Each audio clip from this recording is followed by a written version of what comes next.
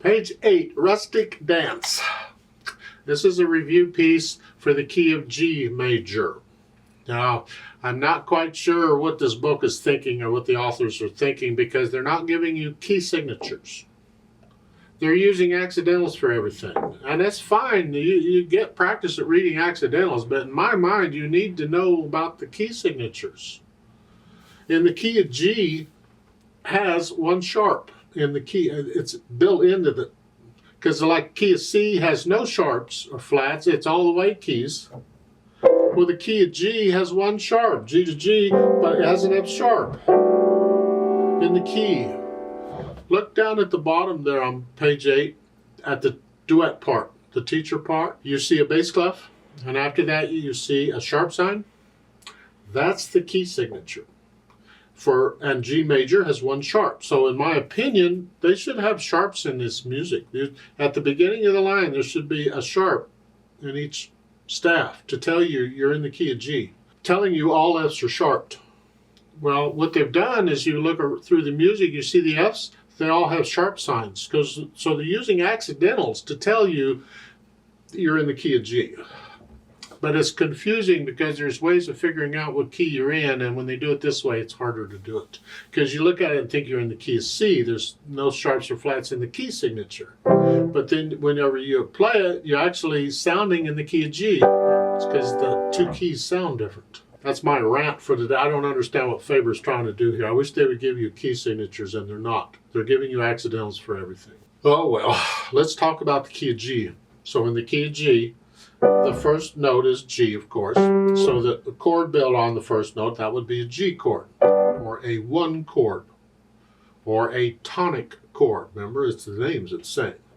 In the key of C, the G chord was a 5 chord in the key of C. But in the key of G, it's a 1 chord. So it is a G chord, or a 1 chord in the key of G, or a tonic chord in the key of G, the tonic of G. And then the other one, the 5/7 chord, well, 1, 2, 3, 4, 5. Don't forget the F sharp, it's in the key of G. And we add the 7th. So it's a 5/7 chord in the key of G. It is a dominant 7 chord in the key of G because the 5 chord is the dominant chord. Or it is a D7 chord in any key. It's just a D. You have a D chord plus the 7th makes it a D7 chord. It's the same pattern for all the keys. Let's look Rustic Dance over. It's 5 lines long, sort of, but there's repeat signs, so really it's 10 lines long. We're going to play the whole thing twice, more or less. Treble and bass clef. There's no key. There should be an F. There should be a sharp sign for the key signature. They're not showing it to you. And it's said 2/4 times. So there's only 2 beats in a measure, and we're counting quarter notes. We got 1/8 notes here. 1 and 2 and 1 and 2 and. All right.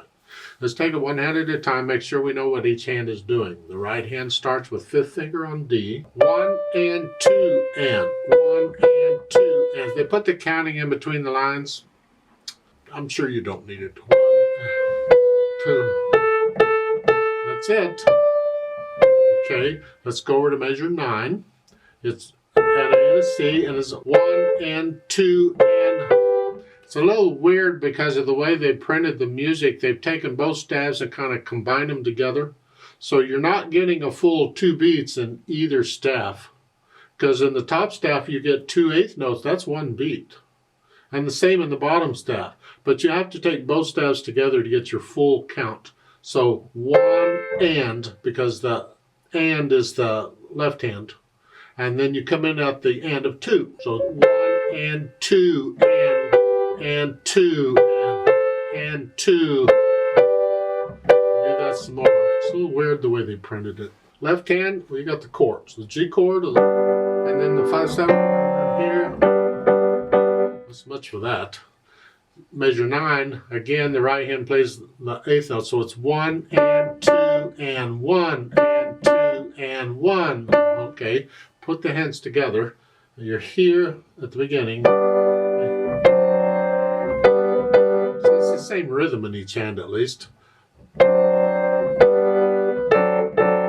you want to get to the point where you can play this without looking at the keyboard. Where you can, in the left hand, you can do this without looking. You can just feel it. Let's go over to measure 9. It's just 1 and 2 and 1 and 2. See, there's 1 and 2 and somebody's playing on each one of those. So you put the hands together. When you're comfortable with it, get rid of the hesitations. Then we'll think about the articulation. You have accents at the beginning. Here, give them a little extra and collapse the wrist on this. Don't tense up and play with a stiff wrist. And then staccato, short. I'm hinging at the wrist here. Accent, or staccato. Now the staccatos are not accented, just the quarter notes. Top of page 9 there. And then for these, they want you to bounce lightly. Isn't that sweet? You disconnect the notes. Just bump, bump, just. It's not a short staccato like. See, there's no staccato given. Just bounce lightly. Separate them.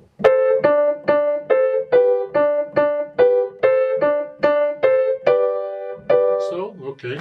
And then the last measure, first one is accented plus a staccato, and then just a staccato. Okay. And then for the dynamics, notice this applied. For the most part, it's the right hand. So whatever you think loud is. Forte for loud. They put the F close to the bottom staff because they put the counting in the counting got in the way. But the point is the dynamic goes to the melody, wherever it is. So here it's the right hand. That makes the accent in those very loud. And then loud. The left hand needs to be in the background. We want to hear the melody.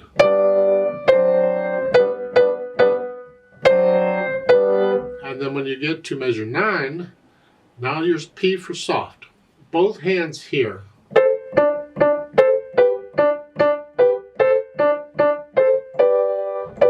hands are soft. And then the last line there, you get the hairpin to go back up. You go moderately loud, soft, and then a little louder,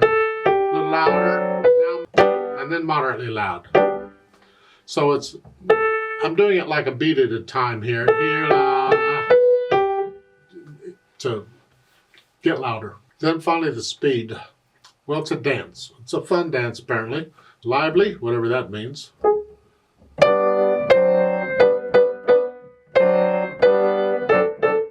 Okay, and because these quarter notes are accented, you can't separate them slightly. That's part of interpreting music. When you have note after note that are accented, you can slightly separate them. It helps to bring out the accent. Some people do, some people don't. It's interpretation.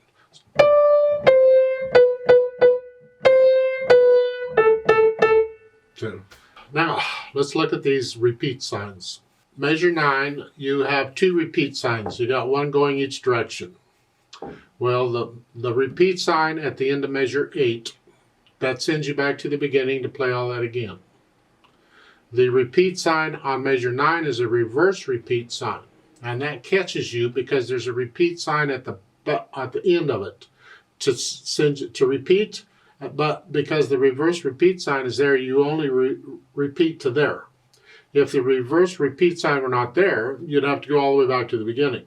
You don't know. So you're only repeating back to measure 9. So you're playing each of these sections twice.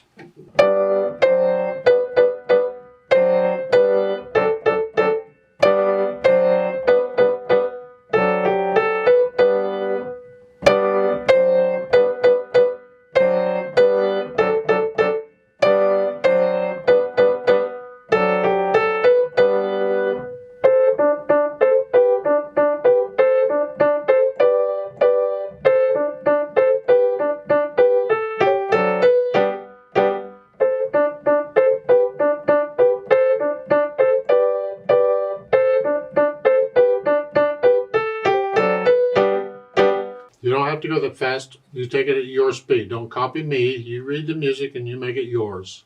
Let's play it together very slowly to double check that you have the right notes and rhythms. Now this is after you've learned it. No hesitations.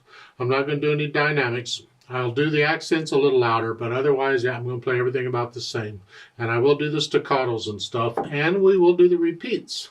So I'm going to give us 4 counts. 1, 2, ready, go. Now let's play this slowly together.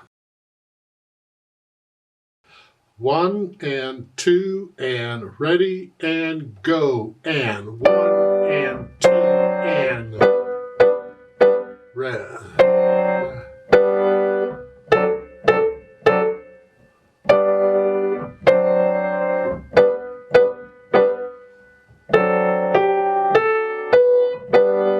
Repeat.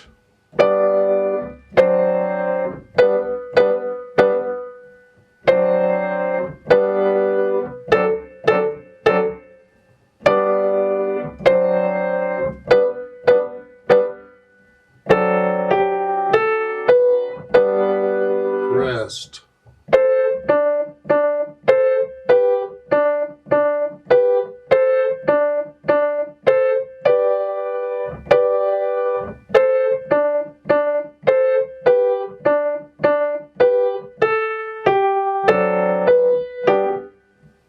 Repeat.